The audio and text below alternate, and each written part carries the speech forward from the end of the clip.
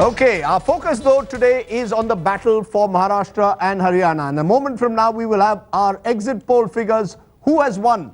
As per the exit poll, the battle for Haryana. Remember, this is a state where counting will take place on Sunday. So we're giving you a sneak preview of what we believe has happened in the state of Maharashtra. Is there a Modi wave, or has the Shiv Sena and the Congress been able to resist it? The best team of experts with us. To my left, Ashok Lahiri, one of the pioneers of psephology in this country, who many years ago, along with Prannoy Roy, brought in index of opposition unity. Now you could talk of index of Modi unity, as we've been talking. And Manisha Priyam, political scientist, one of the leading political scientists and minds who's done definitive papers on elections in the country. Also joining me, Surjit Bhalla, still with us, someone who's been looking at numbers for years and has an approach of giving numbers which are very different to many others, because he sticks his neck out. Seshadri Chari of the Bharatiya Janata Party, who spent many years in Mumbai and therefore knows Maharashtra politics very well. Mani Shankar Iyer, who hasn't spent many years in Mumbai, but still is among the few congressmen who still is willing to come on shows when it comes to exit polls and opinion polls. The rest of the Congress party doesn't believe in polls any longer. And Shekhar Gupta, eminence gris of journalism and consulting editor and advisor to the India Today group, and someone who's seen many elections and is a Haryanvi on our panel. Remember, Haryana is going to the polls, so his state has voted even higher than mine. Maharashtra not matching up Haryana. Is that something in the air of Haryana, that you've got a 73% voter turnout? What does that suggest, Shekhar? I saw your piece on Haryana. Do you believe that younger Haryanvis or younger Indians in general coming out much more to the polls, is that why voter turnouts are rising? Yes, absolutely. And also, I think Haryana is a very urbanized state. It's very difficult to define any place in Haryana as truly rural now. It's very close to Delhi. It sort of surrounds Delhi. In fact, we Haryanvis think Delhi belongs to Haryana and should be Haryana's capital. But those influences have traveled. And Haryana has always been a politically aware state, and in many ways, Haryana has set trends for Indian politics, not always the best trends. Remember, we had the MLA called Gaya Lal, who gave the name Mayaram, Gayaram to defections. And we are also the state where the entire party defected once overnight under Bhajan Lal. That's right. But having said that, Haryanvis are very politically aware. They have high awareness rates, and they have high, I would say, political consciousness. And they are less ideological than most other states in the country. So, okay, I allowed you the opening remarks. There are no ideological division lines in Haryana. Okay, I allowed you the opening remarks in an extended way on Haryana because my fear is that once we move to Maharashtra, we won't think of Haryana. So I needed to make sure that we had a local Haryanvi on the program who established firmly that there is another state also which is going to the polls. He'll get knockout in the first round. Yeah, okay. But the question is... You have another Haryanvi to your left. And we have a Haryanvi because he lives in Gurgaon, which believes that it is neither in Haryana or in Delhi. It's an independent state of itself. But the significance of the numbers that are going to come today in terms of Maharashtra, that's why we've done the exit poll. Why is this election so critical in Maharashtra? Why do you believe after the general elections, is it because it's the first big test of Narendra Modi, or will a decisive verdict in Maharashtra define, in a sense, state politics over the next 5 years? Both. The most important thing is, you don't get surprised if a couple who has got married recently get divorced. But here is a 25-year-old marriage and a 15-year-old marriage which are getting dissolved. 25 years for BJP Shiv Sena and 15 years for Congress NCP. And both were on the basis of seat sharing. And this election is going to prove that the initial claim of some of the parties was wrong in terms of seat share. And what BJP is going to prove, I think, is that BJP is the senior partner of the Hindutva alliance. Is it about the senior partner of Hindutva alliance, or is it about Manisha Priyam? Whatever happens in Maharashtra, and we'll have the numbers in a moment, is it going to define Indian politics for the next 5 years?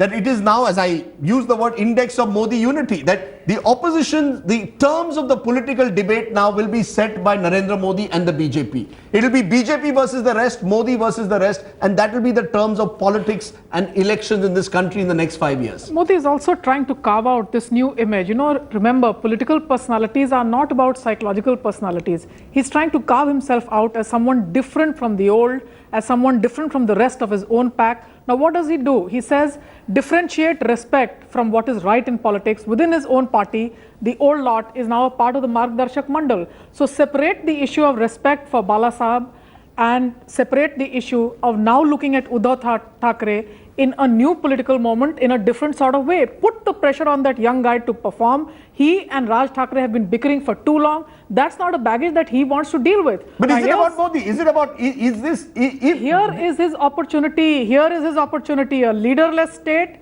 his alliance really in a weak moment. Neither of the two bickering cousins are doing very well. Strike out and then become the higher bargaining partner. In a sense, he's performed, and let him stake that claim out politically rather than go on issues of sentiments and emotions. Not a tear in his eye. It's a hard moment of political truth, and he will crack politically. That's why is this election in Maharashtra so important? Is it because we are in a general election year and we've had this new phenomenon in Indian politics called Narendra Modi? Is that why there is so much of interest this time in Maharashtra?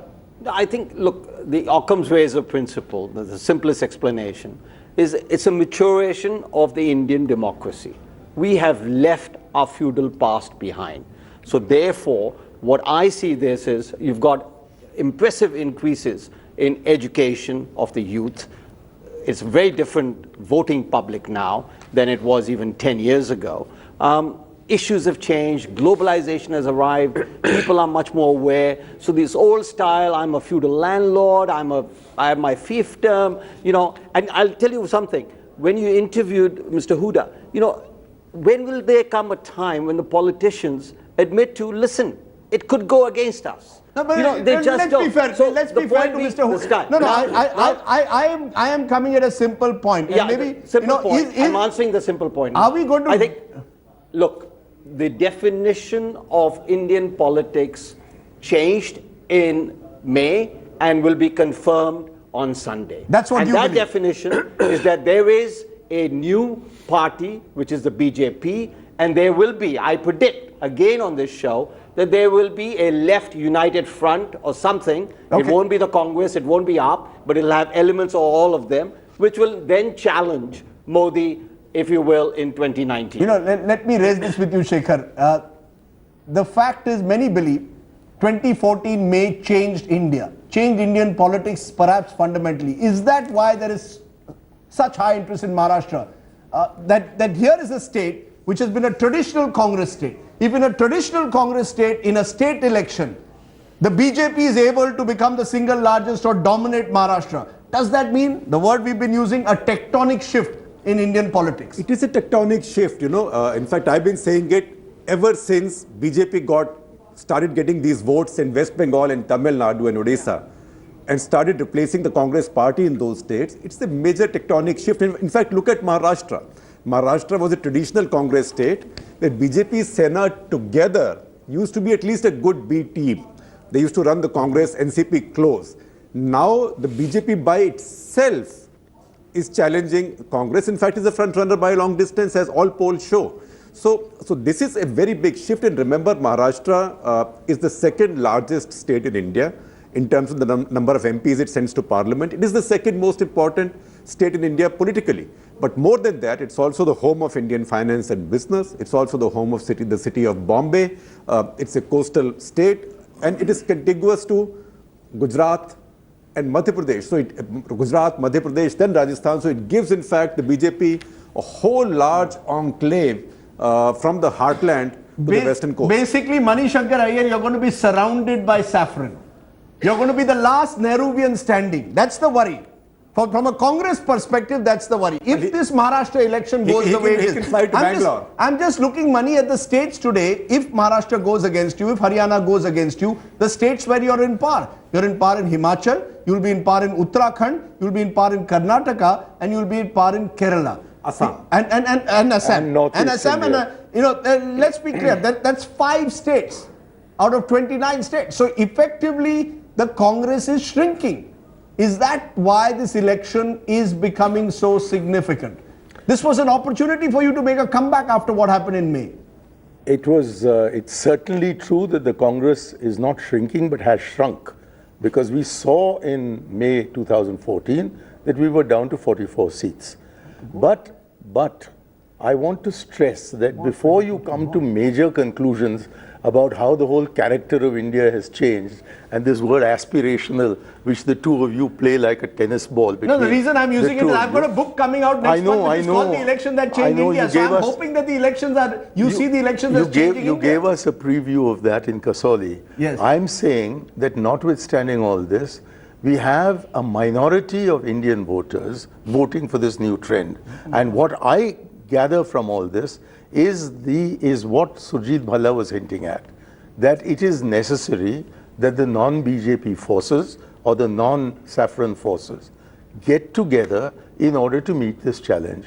And I think that is likely to happen. Okay, you believe that that's likely to happen. Okay, let's then look at the numbers. Let's look at the numbers. We are ready now with our numbers. This is the first preview that we are giving at the numbers. This is what is the India Today Cicero seat projection first for our exit poll for Maharashtra. The BJP 27%, that's up 13%. Remember, this is in comparison to 2009 when the BJP was in alliance with the Shiv Sena. So the swing is 13% in favor of the BJP.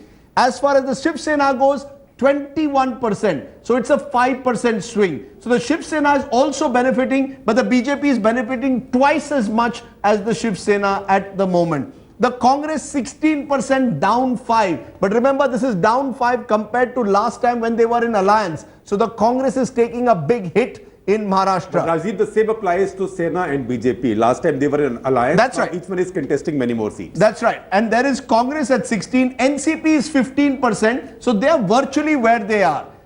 MNS is at the moment at 5%. Again, virtually where the MNS was last time. Others are 16%, down 11. But the big shift at the moment is clearly the BJP plus 13%. How is all this translating into numbers? 288 seat assembly, what are we projecting? 117 to a 131 is the range we are giving the BJP. 144 is the halfway mark. The BJP, as per the India Today Cicero poll, falling just short of the halfway mark, but clearly emerging as the single largest party of Maharashtra. 117 to 131 seats at the moment for the BJP. Shiv Sena, 66 to 76, up compared to last time when they got 45 seats, but still well behind the BJP. The Shiv Sena halfway point about 70 seats. That's about 50 seats at least less than the BJP. That battle being settled there. Congress then is slightly ahead of the NCP, 30 to 40 as per our survey for the Congress, and the NCP 24 to 34. Others, as we are saying, 18 to 26.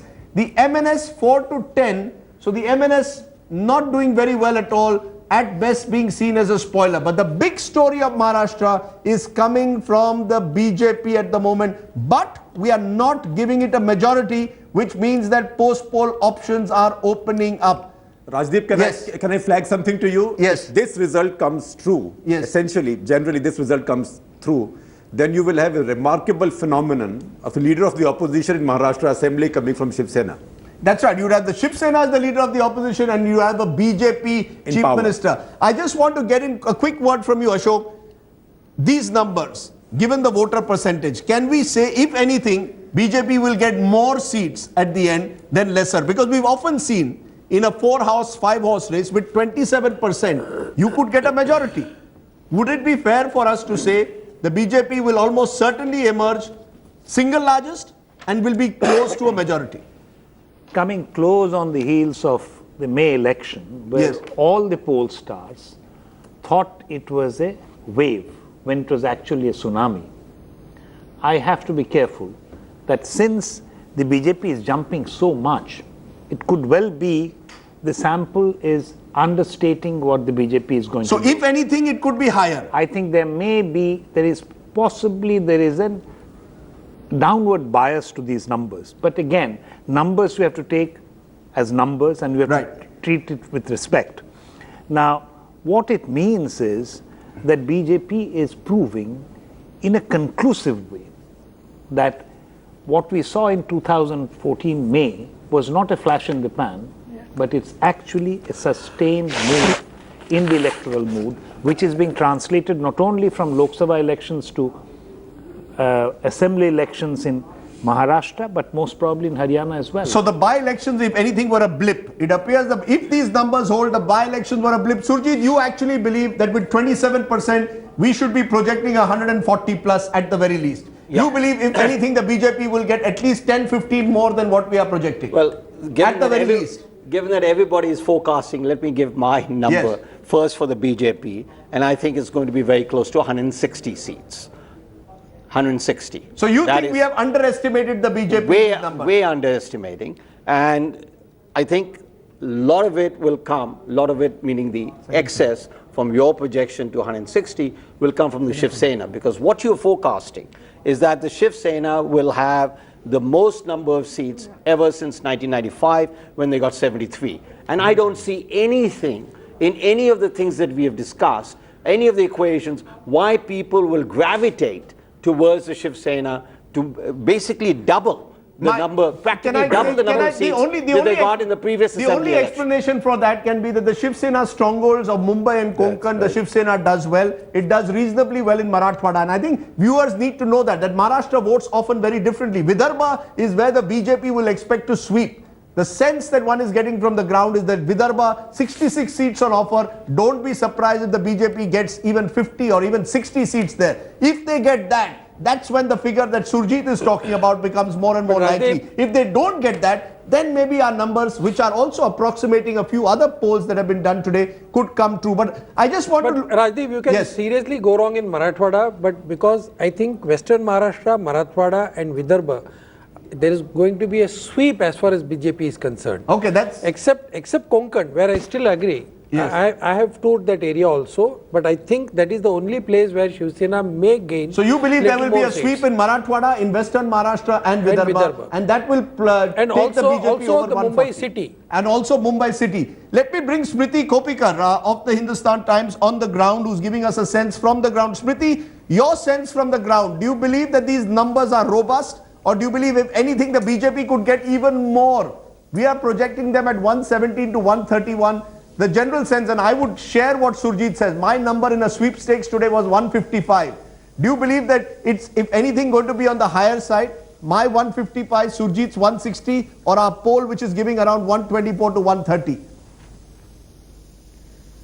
Rajdeep, 150 to 155 is what seems the most likely figure to go with from the ground, really. Also, there is this little difference between 130 and 150 and 160. I think anything less than a complete majority BJP government will sort of dent the Modi effect to a certain extent. He would want to have a complete majority BJP government in Bombay as he did in Delhi, in Mumbai as he did in Delhi. Your sense though, before I take a break, if these numbers hold, if let's say the BJP is about 10-15 short of a majority, do you believe the BJP would prefer independence and a Raj Thackeray, or would they then open the doors to a Sharad Pawar? Because for Sharad Pawar, the ideal scenario is our lower end. At 117 seats, Sharad Pawar becomes a player in Maharashtra. In that kind of a scenario, the BJP, I would think, would really have a problem of the plenty.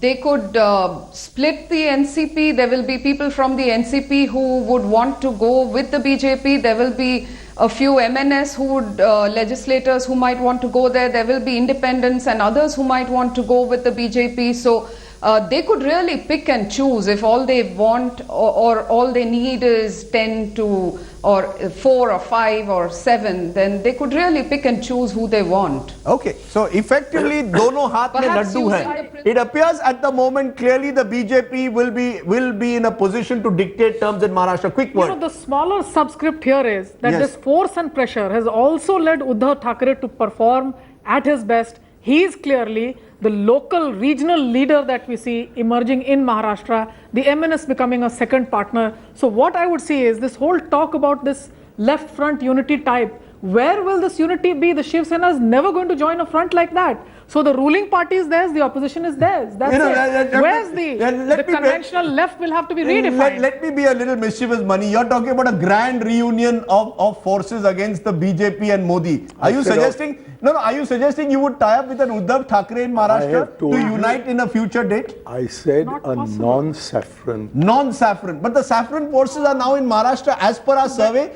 in government and in opposition. Your survey essentially shows to me that where in May, Yes. 90% of the seats went to the Saffronites, today the BJP is struggling to go above 40% of the seats. And therefore, in this would be an relative terms, ideological between front. No, hold May, on. between Hold May, on, Mani. This is You're not a clutching political at party. straws. I Clutching at straws. I'm not clutching if I add the I'm votes, not clutching any straw. if I add no, the votes that is of on the the BJP assumption. and the Shiv Sena. Yeah, you would add them. I I'm will. saying that since they are divided, Yes. it's quite clear that a considerable harm has been reached to the BJP compared to where it was in the month of May. And I take heart from that. Mani, I don't know. Mani, you're clutching at straws. You're clutching at Why should I straws. clutch a straw? Your party is down to 30 to 40 I've seats. accepted the that. BJP is triple your I've party. accepted that. My only point today, I was not comparing Yes. the BJP Congress, BJP and Congress. I was comparing BJP to BJP.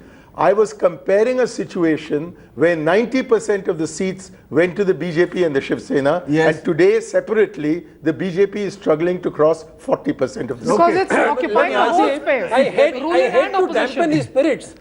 I hate to dampen his spirits, but the problem is BJP may be losing 5%, 10%, but the bigger question is neither the Congress nor the left is gaining anywhere in the That's the country. win-win game you've played. The ruling party is yours, the opposition is yours. Okay, let's take a break. ask you No, something. let's I'm take a sorry, break. he can't Let- really let- dampen my spirits. let He Mani- can't dampen my spirits They can't damp- because at the moment Yes. my spirits are not very high.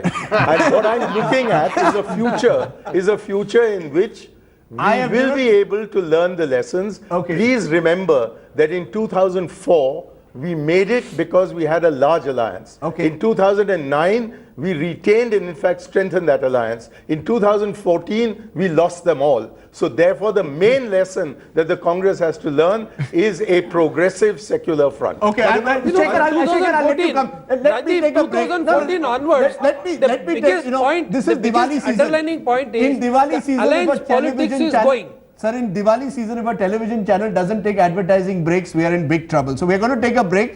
Mani, I'm sorry that we've given you water and not something else to lift your spirits, but that's the nature of the Congress party at the moment. That's why we hold elections in Diwali season. That's right. That's why we hold election.